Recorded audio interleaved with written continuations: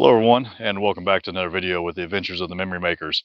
Today we're going to talk about something that may be a little bit taboo, something that people don't like to talk about when it comes to their campers. Some people don't like to admit that this may actually happen in their campers.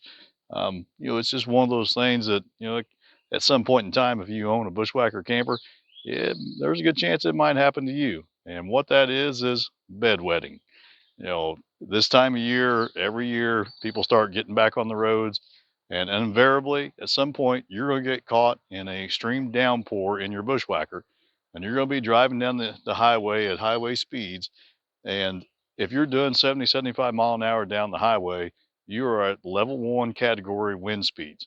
And that road spray that comes off of your tires and the tires of your camper and the cars around you as you pass them create essentially a pressure washer effect on your camper. And there is a good chance that water will find its way inside your camper somewhere, somehow. And when you get to your campsite or when you get home, your bed's going to be wet. You've got a bedwetter. No one wants to admit that, but at the end of the day, we can all have a bedwetter. So, how do you prevent bedwetting? That's a really good question because there are a lot of places for water to potentially work its way into your camper. Brian Smith of DIY Outdoor Life, he did a really good video showing how to go around and inspect the caulk on the major seams and how to touch that up if you have issues so that you don't have to redo a whole seam. And I'll put a link to that in the description because it's a really good video and it deals with, the major seams and the areas that you need to look for there. But when it comes to the bedwetting issue, the majority of the issues happen to be around the door itself. So people, focus on the fact that, they've got an issue with their door. And you very well could have. That is one of the major areas for water to penetrate into your camper. But there are other areas as well, down even lower, that can allow water to come up into your camper that you wouldn't even suspect without getting underneath it and looking at. So let's take today and just look at the door situation and then look all around the area as well, and I'm going to go over the things that I know that are potential issues and see if we can't help you to either stop your camper from being a bedwetter or prevent it from ever bedwetting to begin with. So let's take a look at this door and we'll see what we've got to work with here. So here on the door of the Bushwhacker 10 series camper, there's a lot of potential areas for water to work its way in. And one of the things that just drives me absolute nuts, and it's not just Braxton Creek, it's camper makers in general, is how they go about sealing their campers when they build them. And one of the things that just drives me insane is at the end of the process, when they get everything put on the camper, they have one individual with a tube of caulk that goes around and seals the items that are penetrating through the wall of your camper. And that person may think that water will only impact your camper from the top down because that's evident when you look at things like this light. If you could step up here, Cindy, and show this, you can see here on ours, we've got a bead of sealer that goes around the top edge of the light, but it doesn't go all the way around the light. And on this light, there are at least 3 holes behind it. There's one screw hole here, one screw hole here, and there's a wire in the middle. And there's no sealer around that area there. So whoever did that must have thought that the water was only ever going to hit this light from the top down. But when you're driving down the road in a driving rainstorm, 70 miles an hour, and that road spray is coming up, it's going to come in right in this gap here and get up all underneath this light. And Timberlyn put a great post out on the Facebook page, and I'm going to share some pictures that she shared from that post. She said that it'd be fine for me to do that. So I want you guys to take a look at these pictures and see, you can see where water comes in around these penetrations, around the door, around the air conditioner.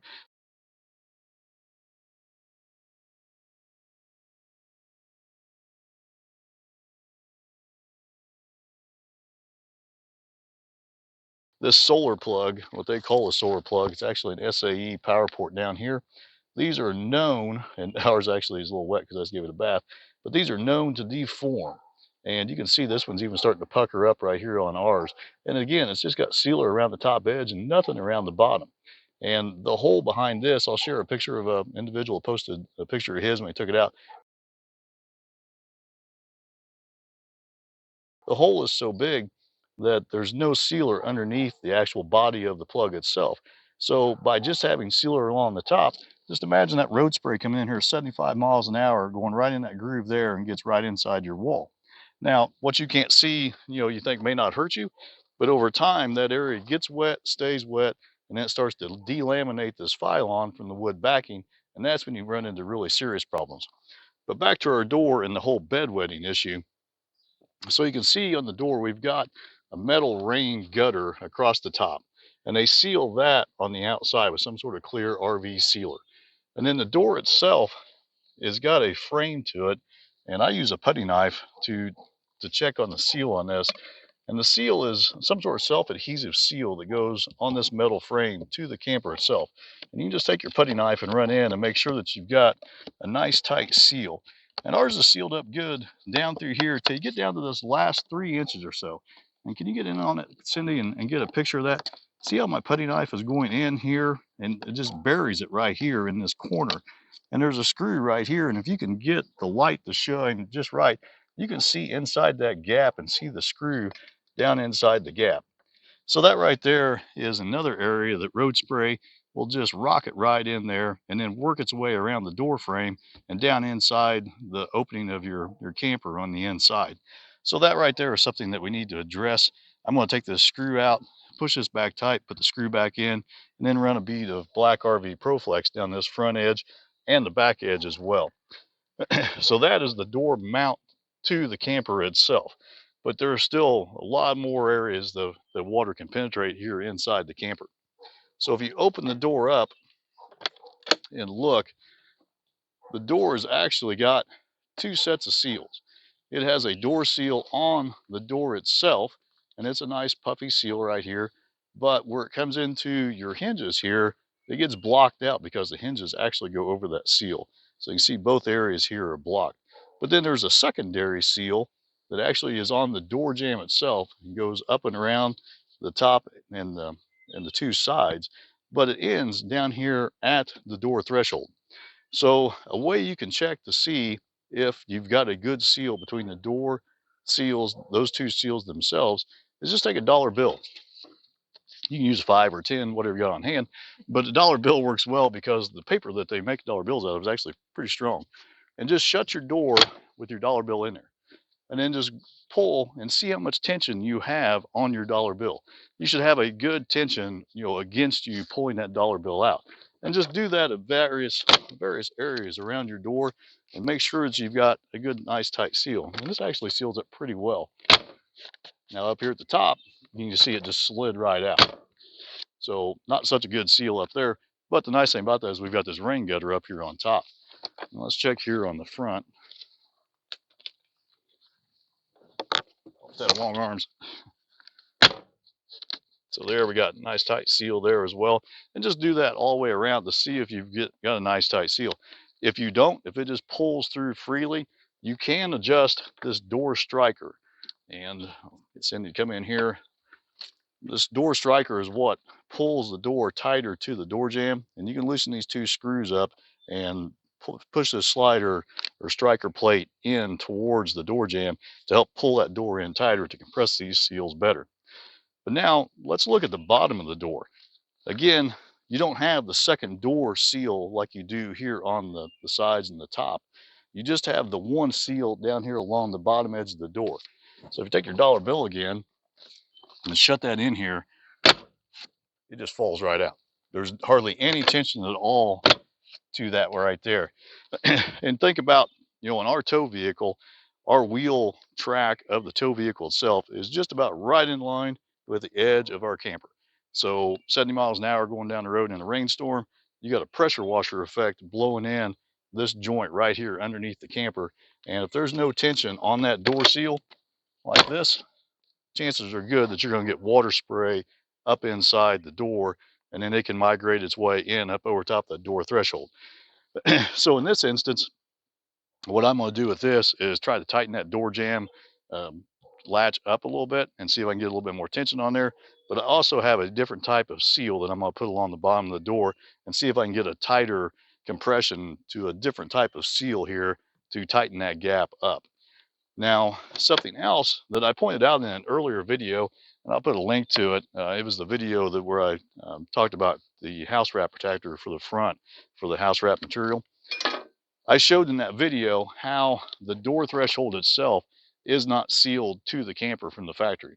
And in that video, I was able to take and push the pylon material in like a 1/4 inch or so. So if you haven't physically sealed your door threshold to the camper, I highly encourage you to do so, because that right there is another great avenue for water just to shoot right up inside your camper. Then it works its way up over that wall ledge right there and then pools down here. People that have taken their underbed storage out seem to have more of an issue of bedwetting than people that haven't, just for the simple fact that their mattress is sitting down lower in the camper where water tends to collect that. So definitely check your door threshold, make sure that you've got a good seal there, and then you can check the back as well.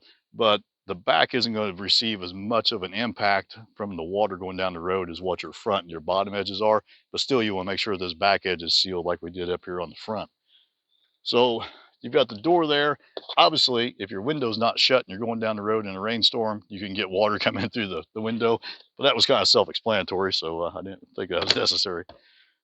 But here on these items on the front, I touched earlier about this SAE plug. This they call the solar port. Well, essentially, it's just a direct line to your battery. It's wired to a junction block under the front, which goes directly to the battery. So it's just a 12-volt port in essence. And you can plug in a solar controller then to a solar panel. We don't use this port, so I'm actually going to remove it because, and I'll show you a picture of an individual that shared one on the Facebook page. The hole that they drilled for this is so large, and they didn't bed it with any sealer. And in fact, two of his screws were barely even touching the wood itself. So we're just going to remove this and do away with it. But this light here, same deal. They just got sealer along the top, nothing under the bottom. So, ideally we would pop this off and just bed that in sealer and redo it. At the minimum, I would suggest that you run your bead of sealer all the way around it to seal 360 degrees, because it's not, just rain coming from the top at your camper. Going down the road in a rainstorm, it's 360 degrees. So everything that penetrates the walls should be sealed. So that's just kind of a quick rundown of what you have to deal with here on the outside of the camper, on the vertical surface of it. Obviously, if you've got bad joints here on your edge trim, you want to address that as well. And I just noticed while I was standing here talking to Cindy, if you want to come in here, Cindy, and show this, we've got a little bit of a crack opening up here in our edge trim down here at the bottom. So yeah, I think. Yeah, you can see a gap right there. So we're going to follow the instructions that Brian Smith has in his video and clean out this bad section. You don't need to redo the whole section. You can trim that out, get it cleaned out, and then touch up that section there. So, before each season, I'd recommend going around your camper and looking for things like that, taking care of them before they become big issues. Now, what I would like to do is we're going to back the camper up and put it on the concrete, since we got shade now. And we're going to go underneath the camper and show you the potential areas where you can get road spray come up from underneath your camper and enter your camper from below. And that, I think, is an area that really gets overlooked by a lot of people, but it's very important that you address this situation. So let's back the camper up and we'll come back with you in just a few minutes and touch on that. One more thing here I want to address, before we go underneath the camper, is the door trim on the inside is held on by 3 screws.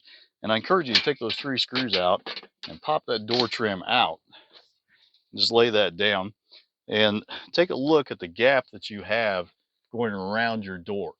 And something that you can do when the light gets dim enough is have someone on the outside of your camper with a bright light shining around the door edge with the door shut, and you be inside looking to make sure that you have no areas of daylight anywhere shining in around that gap, because you can see the gap gets pretty big up here at the top and then it gets a little tighter down here on this side.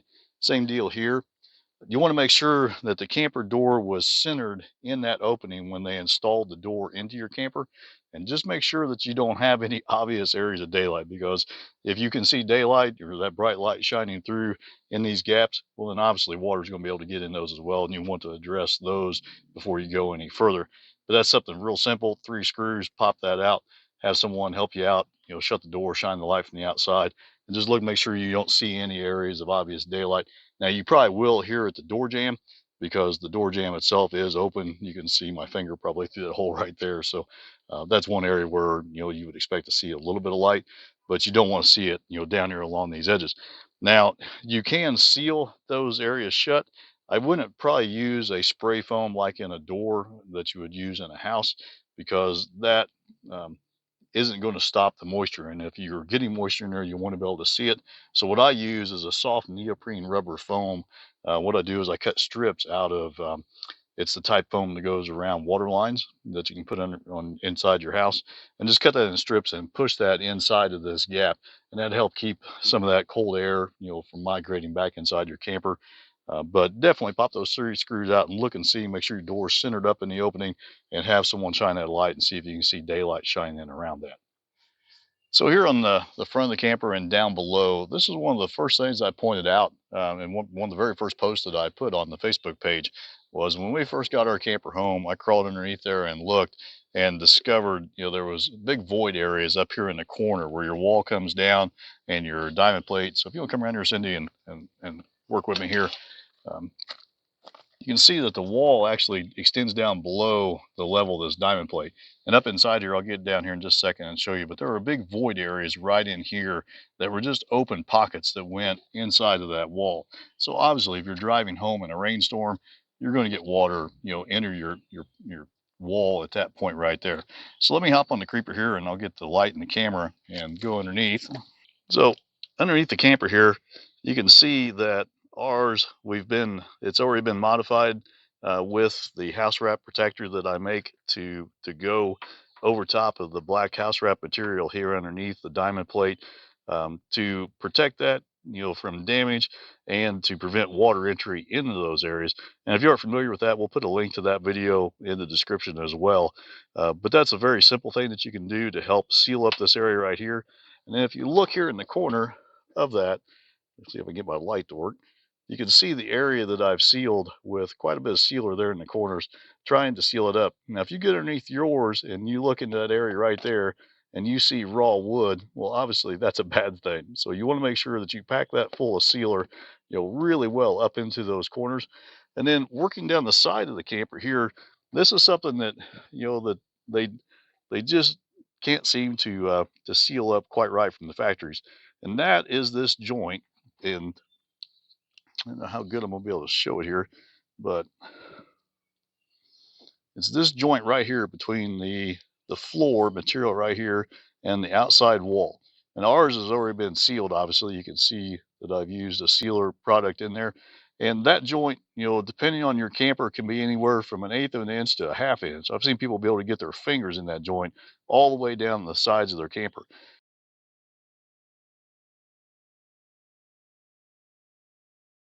But take a minute, crawl underneath your camper on a creeper and look at that joint. If you've got a gap there, obviously if you can see a gap, water's going to go in that gap.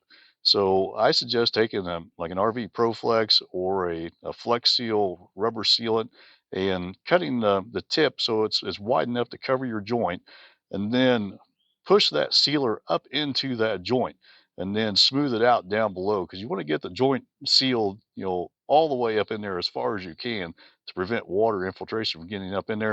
Because going, like I said, going down the road, if at high speeds, you're going to be having that water spray shoot up inside your wall. And like I said, I'm going to show Timberland's pictures because it does a really good job of showing how that water migrates up that wall and then causes damage over time. But it can also work its way up and get to your bed and cause your bedwetting issue. Another area to look at is these two wires coming down. Got a lot going on here between the camera and my light. So these two wires right here are what come from that solar port over on the driver's side that I was showing earlier. And from the factory, there's a hole about an inch in diameter right there that is not sealed. So again, that's another prime area for water to infiltrate up inside your camper right there. And you can see the metal here that we've got now covering that house wrap all the way across. If you've got exposed house wrap there, I highly encourage you to watch that video and either make one yourself or have one bent up for you, someone with an aluminum brake. This takes a few minutes to do, but that makes a huge difference right there on helping keeping everything dry underneath your camper. But I just really encourage you to get on a creeper, go underneath your camper and look, with a bright light, and any place that you can see any openings, fill those openings and prevent that water from getting inside your camper. So I just wanted to go over that real quickly. If you're having issues with bedwetting in your camper, there are multiple potential causes of it, you may have multiple issues going on at the same time, and you may just have one of these issues that is allowing water to get in your camper. But, get a friend, get a flashlight, get a creeper, just spend some time going over your camper with a fine tooth comb. Anywhere that you see any gap, if you can see a gap, water can get in that gap. And it's amazing what water can do once it gets inside your wall. It will work its way up, it will work its way in, it'll go up over edges. I mean, it's just crazy. So take a few minutes, go over your camp with a fine tooth comb, look for those areas, do the dollar bill test, check your door seals out. Like I said, here on the bottom, you've only got the one seal. So if it's not sealing tightly, I'll put a link to the seal that I wind up using on the bottom of our door to try to get a tighter seal right there. You may have to change out yours as well to get a nice tight seal here on the bottom. But bedwetting is a problem that can be addressed and stopped. So I highly encourage you, if you're experiencing that, take a few minutes, just look your camper over, and find out where the problem is coming from. So thank you very much for watching, and we'll put those links in the description, to address the other videos and then points as well. And hope you guys come back and tune in for more videos.